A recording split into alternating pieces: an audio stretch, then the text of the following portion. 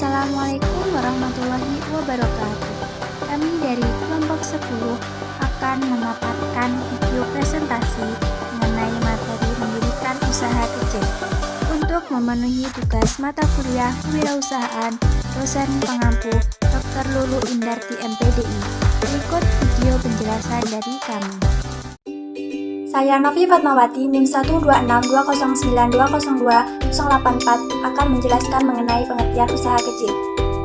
Dalam pasal 6 Undang-Undang Nomor 20 Tahun 2008, usaha mikro didefinisikan sebagai usaha produktif milik perorangan atau badan usaha yang memiliki jumlah tenaga kerja antara 1 sampai 4 orang dengan omset kurang dari 50 juta.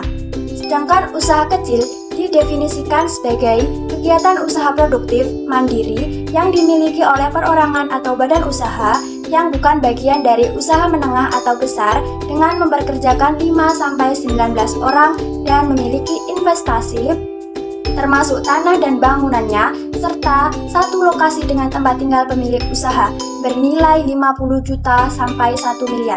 Saya Zaratul Agustin, NIM 12620010124 yang akan menjelaskan materi tentang memilih jenis usaha.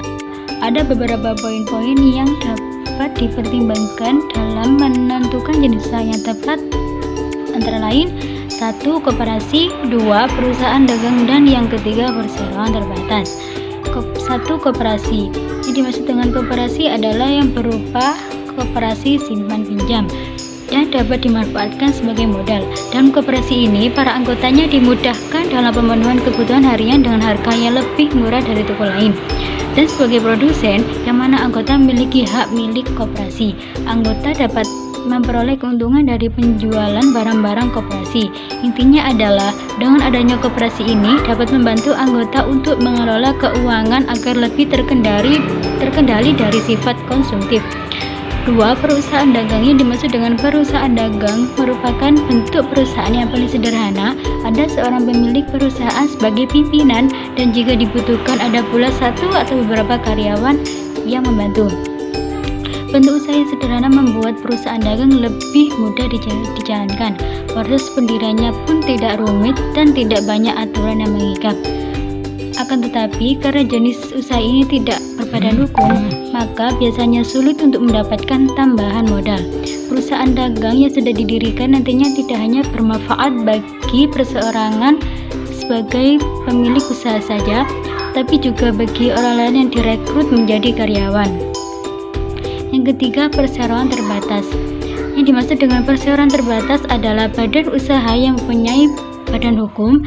Keberadaannya lebih terjamin dengan adanya status hukum tersebut.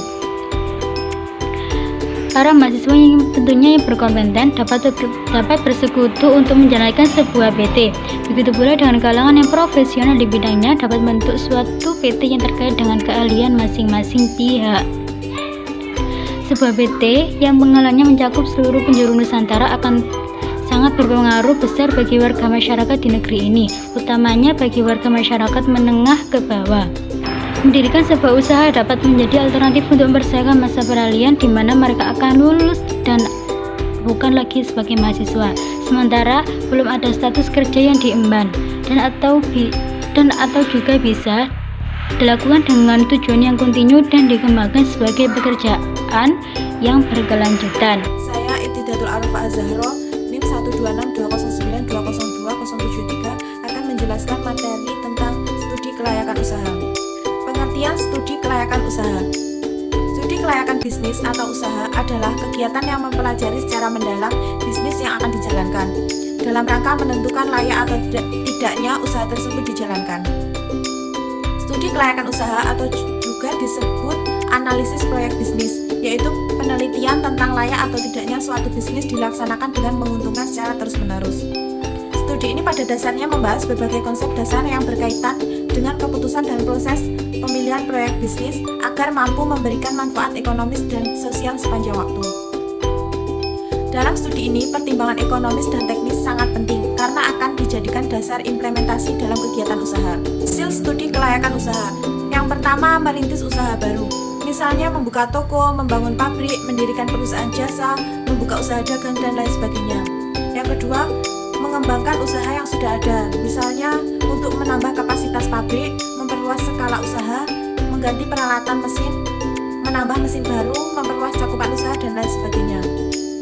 Yang ketiga, memilih jenis usaha atau investasi atau proyek yang paling menguntungkan, misalnya pilihan usaha dagang, pilihan usaha barang atau jasa, pabrikasi atau perakitan, proyek A atau proyek B, dan lain sebagainya. Tujuan studi kelayakan. Yang pertama, menghindari resiko kerugian. Untuk mengatasi resiko kerugian pada masa yang akan datang, harus ada semacam kondisi kepastian. Dalam hal ini, fungsi studi kelayakan adalah untuk meminimalkan resiko yang tidak kita inginkan, baik resiko yang dapat kita kendalikan maupun tidak dapat dikendalikan. Yang kedua, memudahkan perencanaan. Sebuah usaha membutuhkan perencanaan yang berguna untuk masa depan usaha itu sendiri dan prediksi-prediksi kemungkinan yang terjadi. Yang ketiga, memudahkan pelaksanaan pekerjaan. Berbagai rencana yang sudah disusun akan memudahkan pelaksanaan usaha. Pedoman yang telah tersusun secara sistematis menyebabkan usaha yang dilaksanakan dapat tepat sasaran dan sesuai dengan rencana yang sudah disusun. Yang keempat, memudahkan pengawasan. Pelaksanaan usaha yang sesuai dengan rencana yang sudah disusun akan memudahkan kita untuk melakukan pengawasan terhadap jalannya usaha. Pengawasan ini perlu dilakukan agar tidak melenceng dari rencana yang telah disusun. 5. Memudahkan pengendalian. Apabila dalam pelaksanaan telah dilakukan pengawasan, jika terjadi penyimpangan akan mudah terdeteksi sehingga dapat dilakukan pengendalian atas penyimpangan tersebut. Tahapan-tahapan studi kelayakan usaha dan aspek-aspek studi kelayakan usaha. Dalam melaksanakan studi kelayakan bisnis dan usaha, ada beberapa tahapan studi yang dikerjakan, yaitu yang pertama, penemuan ide, yang kedua, tahap penelitian, yang ketiga, tahap evaluasi, yang keempat, tahap penentuan, yang kelima, tahap rencana pelaksanaan, yang keenam, tahap pelaksanaan. Adapun aspek-aspek studi kelayakan usaha, yang pertama, aspek hukum atau legalitas. Dalam aspek hukum, poin-poin yang dianalisis yakni izin lokasi, surat tanda daftar perusahaan, NPWP, akta pendirian perusahaan dari notaris, surat izin usaha perdagangan atau SIUP, dan lain-lain. Yang kedua, aspek ekonomi dan budaya. Dari sisi budaya, studi kelayakan akan menganalisis bagaimana perusahaan mempengaruhi adat istiadat di daerah sekitar. Sedangkan dari sisi ekonomi, analisis yang dilakukan yakni bagaimana perusahaan berdampak pada tingkat pendapatan per kapita di wilayah tempat perusahaan didirikan. Yang ketiga, aspek pasar dan pemasaran. Analisis yang dilakukan pada aspek ini akan menjawab pertanyaan apakah produk yang dihasilkan oleh perusahaan memiliki peluang pasar. Untuk menjawab pertanyaan tersebut, ada beberapa hal yang harus diperhatikan yakni seperti potensi pasar, jumlah konsumen, daya beli masyarakat, segmentasi, situasi persaingan di industri tersebut, dan lain-lain. Yang keempat, aspek manajemen. Aspek ini berkaitan erat dengan operasional perusahaan, baik itu pembangunan maupun pengembangan. Dari semua aspek yang dianalisis, aspek manajemen memiliki cakupan yang sangat luas. Hal ini dikarenakan semua hal yang berhubungan dengan operasional perusahaan ikut ke dalam kategori aspek manajemen, mulai dari manajemen sumber daya hingga finansial perusahaan. Yang kelima, aspek keuangan. Modal adalah hal yang utama harus dimiliki sebelum membangun sebuah bisnis. Maka dari itu, aspek keuangan menjadi hal yang menentukan bisnis akan berjalan lancar atau tidak ke depannya. Selanjutnya saya akan menjelaskan materi tentang memilih lokasi usaha. Pemilihan lokasi usaha merupakan salah satu keputusan bisnis yang harus dibuat secara berhati-hati. Penelitian terdahulu menemukan bahwa lokasi usaha yang berhubungan dengan kesuksesan usaha tersebut. Akan tetapi, penelitian tentang pemilihan lokasi usaha sektor manufaktur, perusahaan besar, serta industri teknologi tinggi, di mana pemilihan lokasi didasarkan pada pertimbangan biaya transportasi bahan produksi masih sangat dominan. Lokasi usaha merupakan faktor pemicu munculnya biaya yang signifikan, sehingga hal tersebut dapat digunakan untuk menyusun strategi bisnis atau sebaliknya menghancurkan sebuah usaha. Ketika usaha sudah diputuskan akan beroperasi di suatu lokasi tertentu, maka konsekuensinya biaya-biaya yang muncul akibat dipilihnya lokasi tersebut harus ditanggung pemilik usaha. Lokasi usaha yang berdekatan dengan target pasar akan memungkinkan sebuah usaha yang dapat memberikan pelayanan yang memuaskan pelanggan dan keunggulan lainnya yang dapat menghemat biaya pengiriman. Faktor-faktor yang mempengaruhi pemilihan lokasi antara lain lingkungan masyarakat, ketersediaan sumber daya alam, tenaga kerja, kedekatan dengan pasar, ketersediaan transportasi, pembangkit tenaga, serta ketersediaan tanah untuk perluasan usaha. Lokasi usaha yang berdekatan dengan pesaing memungkinkan perusahaan melakukan strategi kompetisi baik dalam kepemimpinan harga ataupun jasa lain yang diberikan kepada konsumen.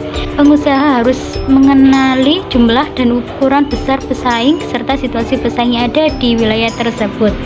Pemilihan lokasi usaha juga mempertimbangkan jarak para pemasok atau supplier. Semakin jauh lokasi suatu perusahaan dari suppliernya, maka semakin tinggi pula biaya distribusi, di mana hal tersebut akan berdampak pada hal jual produk tidak dapat bersaing di pasar. Supplier mempunyai pengaruh terhadap perusahaan yang dalam berbagai aspek seperti kecepatan penyediaan, kualitas barang yang tetap terjaga, biaya pengiriman, sehingga lokasi yang dekat dengan supplier menjadi hal yang perlu dijadikan pertimbangan sebelum menentukan lokasi usaha. Berikut faktor-faktor yang dapat dipergunakan sebagai pertimbangan dalam lokasi usaha. 1. Kedekatan dengan konsumen. 2. Kedekatan dengan sekolah atau universitas. 3. Kedekatan dengan perumahan atau pemukiman. 4. Kedekatan dengan pesaing. 5. Kemampuan peralatan atau perlengkapan usaha. 6. Adanya lahan parkir yang memadai. 7. Infrastruktur yang lengkap. 8. Kedekatan dengan supplier. 9. Besarnya pajak. 10. Kedekatan dengan jalan. 11. Tingkat keamanan. Dan yang terakhir, harga sewa tempat usaha. Terdapat banyak sekali faktor yang dapat mempengaruhi keputusan pemilihan lokasi usaha. Tentunya disesuaikan dengan jenis usaha yang akan dijalankan. Memilih tenaga kerja. Tahapan-tahapan pemilihan tenaga kerja meliputi yang pertama, proses rekrutmen. Rekrutmen adalah serangkaian kegiatan yang dimulai ketika sebuah organisasi atau perusahaan memerlukan tenaga kerja dan membuka lowongan sampai mendapatkan calon karyawan yang diinginkan. Adapun metode-metode yang dapat dilakukan untuk proses rekrutmen yaitu yang pertama melalui iklan, yang kedua rekomendasi dari internal perusahaan, yang ketiga perusahaan penyedia tenaga kerja, yang keempat lembaga pendidikan, yang kelima lembaga pemerintahan. Adapun tahap yang kedua yaitu tahap seleksi. Seleksi merupakan tahapan setelah proses rekrutmen. Seleksi merupakan pemilihan tenaga kerja yang sudah tersedia. Adapun kualifikasi yang mendasari proses seleksi meliputi yang pertama keahlian, kedua pengalaman, ketiga umur, keempat jenis kelamin, kelima pendidikan, keenam keadaan fisik, ketujuh tampang atau penampilan, kedelapan bakat, kesembilan temperamen atau pembawaan, kesepuluh karakter.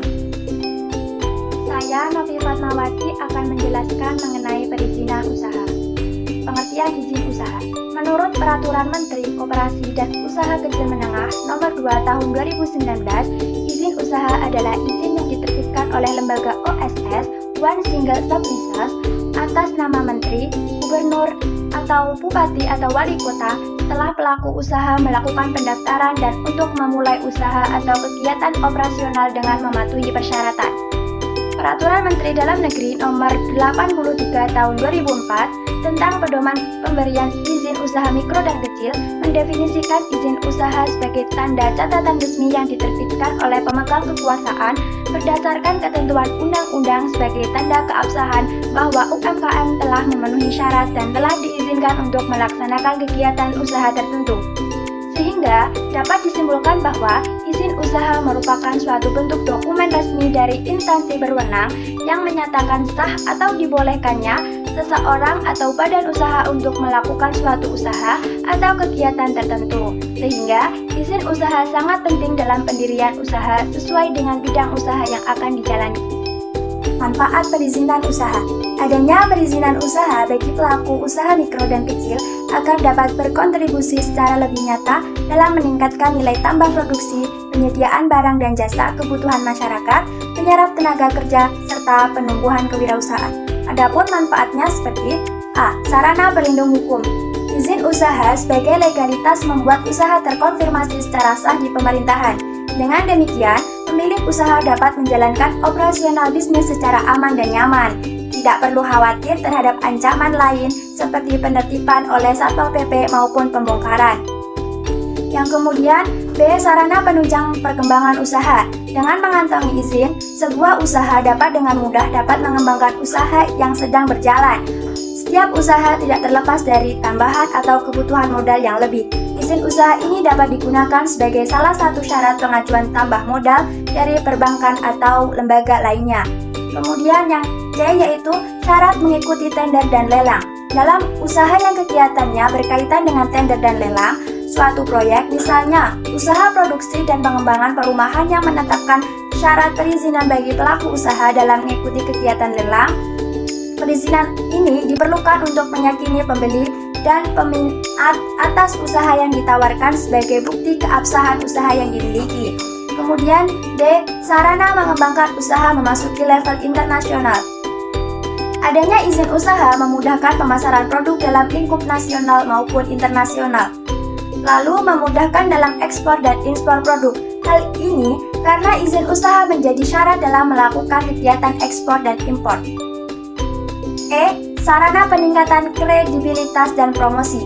Kegiatan pameran yang diadakan oleh instansi pemerintah akan diikuti oleh pelaku usaha yang mempunyai perizinan usaha. Dengan demikian, para pelaku usaha dapat melakukan promosi atas usaha yang dijalankan baik secara individu atau badan usaha.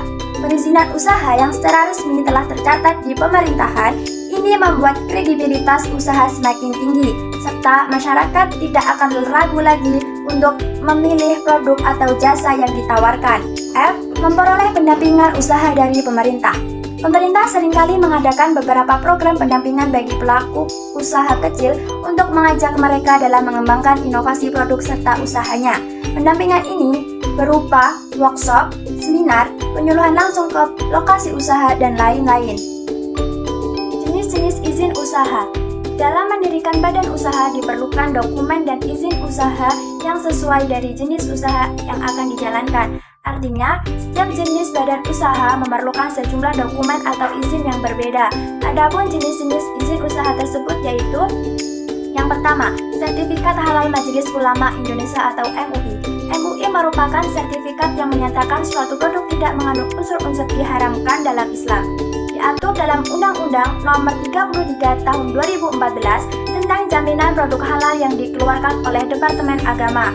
Produk yang didaftarkan dalam MUI tidak boleh terdapat kandungan babi atau bahan dari babi, tidak terdapat kandungan haram. Dengan adanya sertifikat MUI, konsumen mendapatkan kenyamanan, keamanan, keselamatan, dan kepastian atas ketersediaan dan penggunaan produk halal dalam mengkonsumsi. Bagi pelaku usaha, dapat meningkatkan nilai tambah untuk memproduksi dan menjual produk halal. Yang kedua yaitu BPOM. BPOM merupakan perizinan yang dikeluarkan oleh BPOM RI untuk produk pangan yang berbahan dari susu, menggunakan tambahan pangan tertentu atau penguat rasa, pengawet, dan lain-lain. Atau pangan yang menggunakan tuntutan tertentu, misalnya makanan dengan fungsi tertentu, atau makanan pendamping ASI atau MPASI, makanan lansia, dan sebagainya. BPOM penting agar menjamin produk yang diedarkan terjaga kesehatan dan keamanannya, sehingga dapat meningkatkan kesehatan dan daya saing bangsa. Yang ketiga yaitu produk industri rumah tangga atau PIRT. Sertifikat Produk Pangan Industri Rumah Tangga atau SPPIRT merupakan jaminan yang diberikan oleh pejabat pemerintah bupati atau wali kota melalui Dinas Kesehatan Kabupaten Kota terhadap pangan produksi industri rumah tangga yang telah memenuhi persyaratan dalam pemberian sertifikat ini. Sertifikat PIRT hanya berlaku sampai 5 tahun dan kemudian perlu diperpanjang lagi. Apabila masa berlaku habis, maka pangan produksi industri rumah tangga dilarang diedarkan. PIRT ini penting supaya produk makanan atau minuman industri rumah tangga dapat bersaing dengan produk pabrik serta keamanan pangan yang terjamin. Yang keempat yaitu hak cipta. Hak cipta merupakan hak istimewa bagi pencipta untuk menyalin sebanyak mungkin ciptaannya dan memberikan izin kepada orang lain untuk menggunakan ciptaannya dengan tidak mengubah pembatasan-pembatasan menurut peraturan perundang-undangan yang berlaku.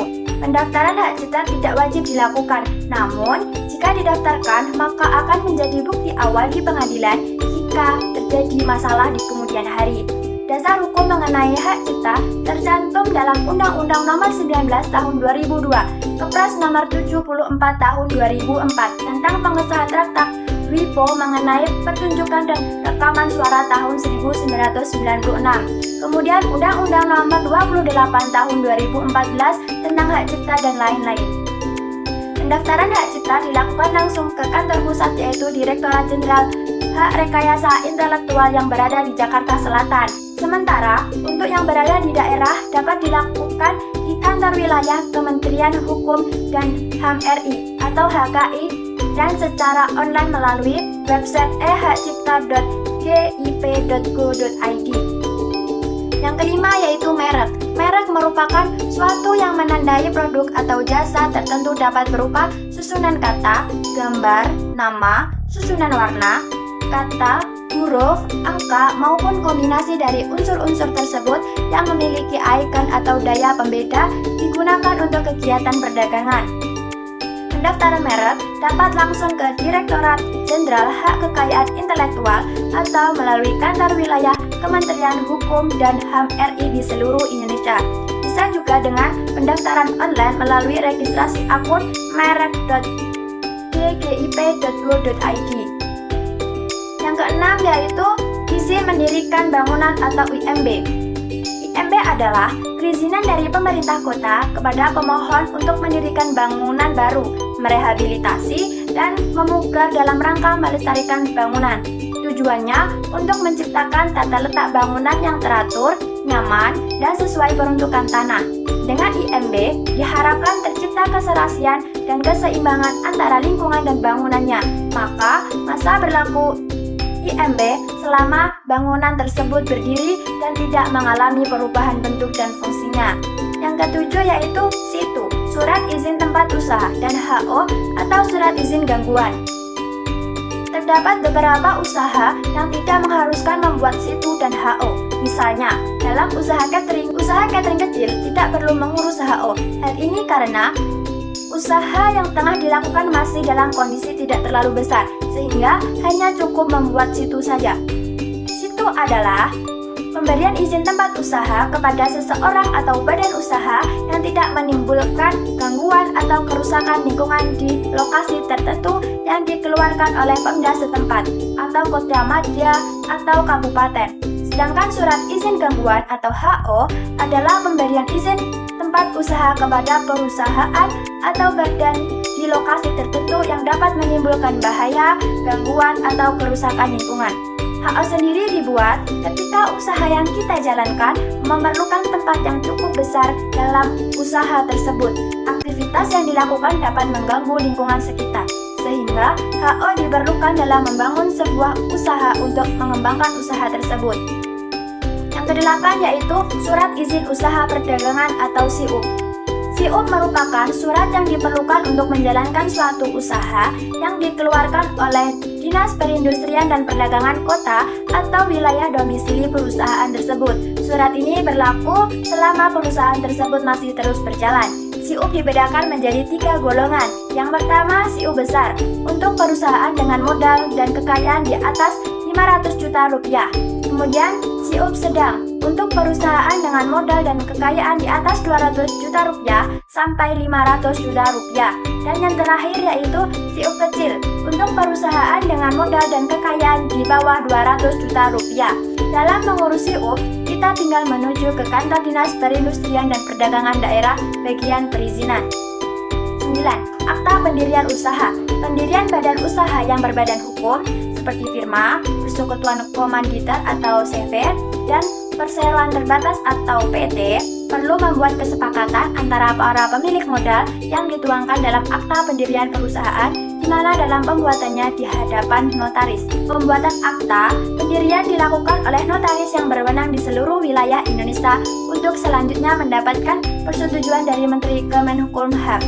Dalam akta pendirian usaha dicantumkan nama perusahaan, bergerak di bidang apa, nama-nama pendiri komisaris, direksi bidang usaha, dan tujuan perusahaan didirikan. Yang 10 yaitu NRP atau nomor registrasi perusahaan dan TDP atau tanda daftar perusahaan. Setiap perusahaan diwajibkan mendaftarkan diri ke kantor perdagangan setempat. Hal ini bertujuan perusahaan tersebut terdaftar dan diakui oleh pemerintah secara hukum sesuai dengan Undang-Undang Nomor 3 Tahun 1982 tentang wajib daftar perusahaan.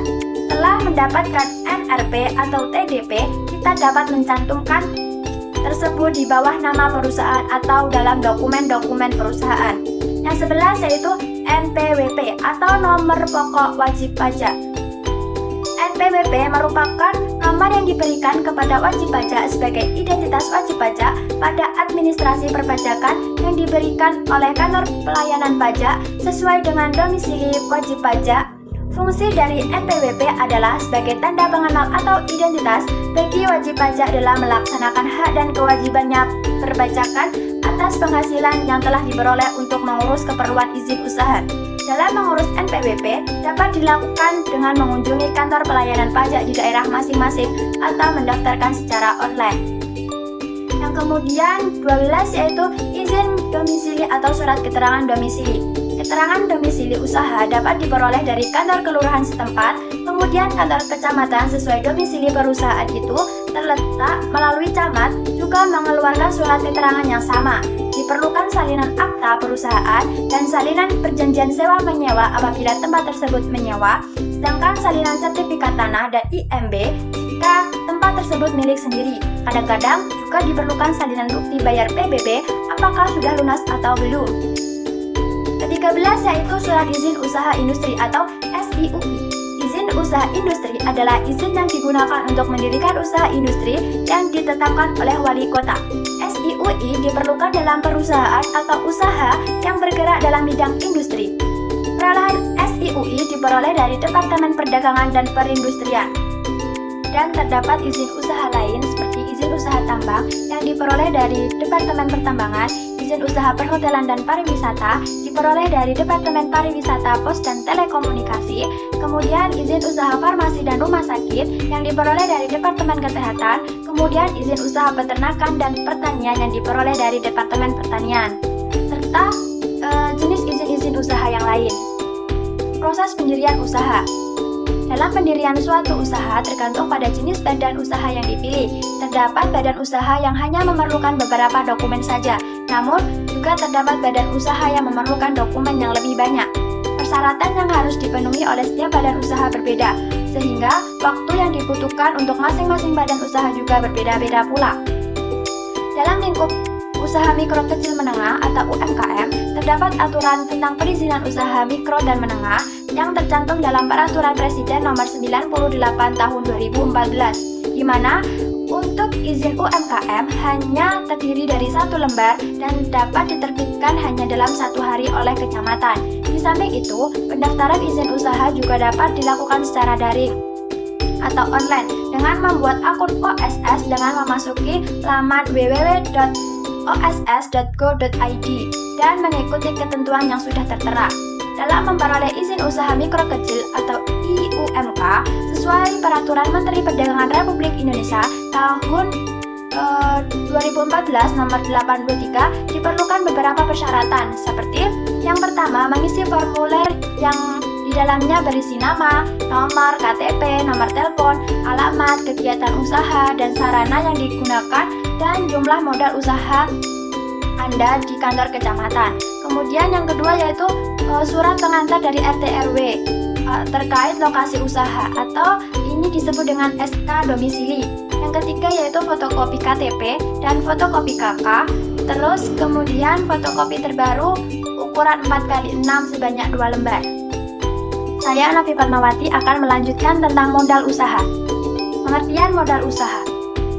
Modal adalah bentuk kekayaan yang digunakan dalam memproduksi kekayaan secara lebih banyak lagi untuk perusahaan. Modal usaha dalam KBBI berarti uang yang digunakan sebagai pokok untuk berdagang, melepas uang, dan sebagainya yang dapat digunakan untuk menghasilkan suatu yang menambah kekayaan. Modal merupakan hal yang utama untuk menjalankan suatu usaha dalam proses selanjutnya. Dalam mendirikan atau menjalankan suatu usaha, diperlukan sejumlah modal baik dalam bentuk uang atau finansial dan tenaga atau keahlian. Modal berbentuk uang diperlukan untuk membiayai segala keperluan usaha, mulai dari biaya prainvestasi, pengurusan izin-izin usaha, biaya investasi untuk pembelian aktiva tetap, sampai modal kerja. Sementara modal keahlian merupakan keahlian dan kemampuan seseorang dalam mengelola atau menjalankan suatu usaha.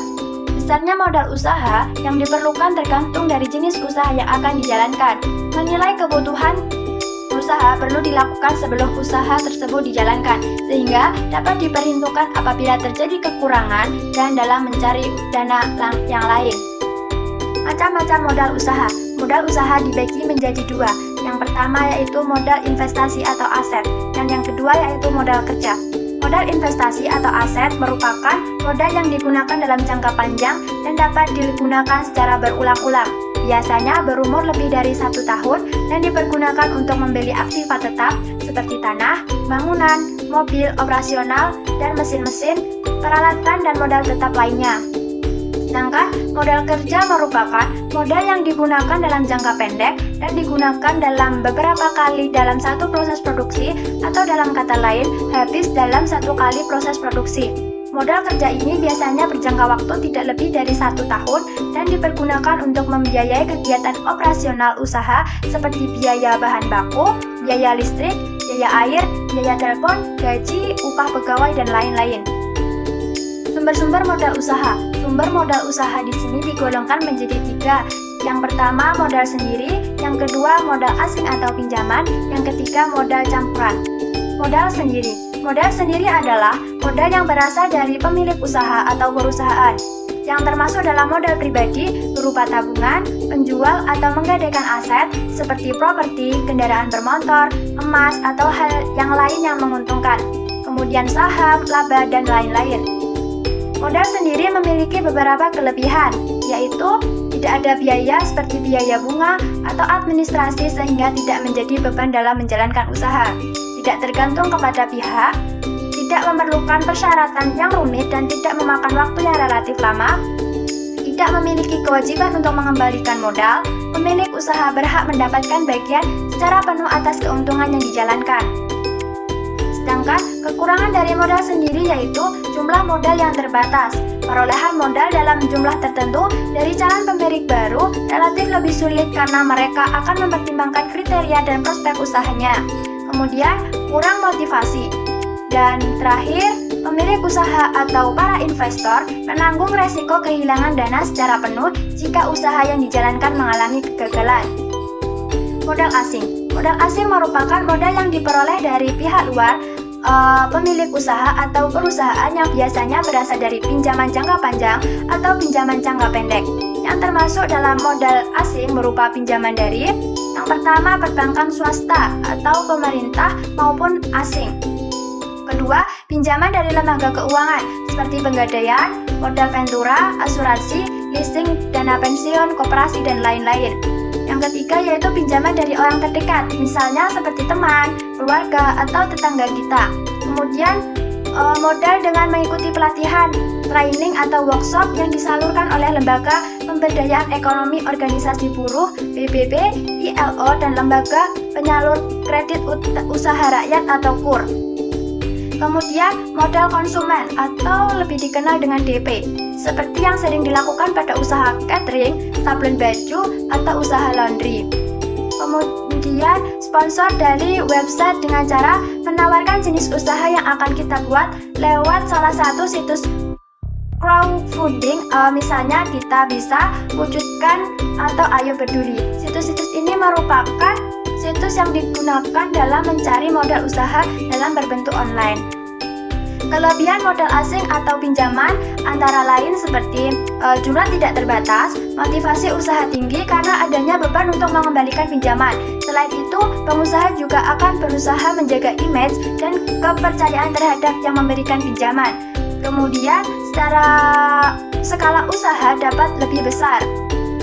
Sedangkan kekurangannya yaitu dikenakan berbagai biaya seperti biaya bunga, biaya provisi, dan komisi bunga serta biaya administrasi. Keharusan mengembalikan modal sesuai jangka yang telah disepakati. Dan terakhir yaitu menyebabkan beban moral. Di mana bisa dikatakan beban moral? Karena usaha yang mengalami kegagalan atau kerugian akan berdampak terhadap pinjaman, sehingga akan menjadi beban moral atas utang yang belum dibayar. Ya, yang terakhir yaitu modal campuran. Modal campuran merupakan modal usaha yang dapat dari modal sendiri dan modal asing atau pinjaman. Modal campuran ini dapat mengatur komposisi modal yang diperlukan secara seimbang. Artinya, persentase modal pinjaman disesuaikan dengan kebutuhan atas kekurangan modal sendiri, yang termasuk sumber modal campuran seperti joint venture atau patungan, misalnya dengan mengajak teman, saudara, atau tetangga kita untuk membuka usaha bersama. Kemudian, waralaba. Sistem waralaba ini maksudnya usaha kerjasama antara pihak pemilik usaha dan pelaku usaha. Kemudian, masih banyak modal usaha campuran yang lain.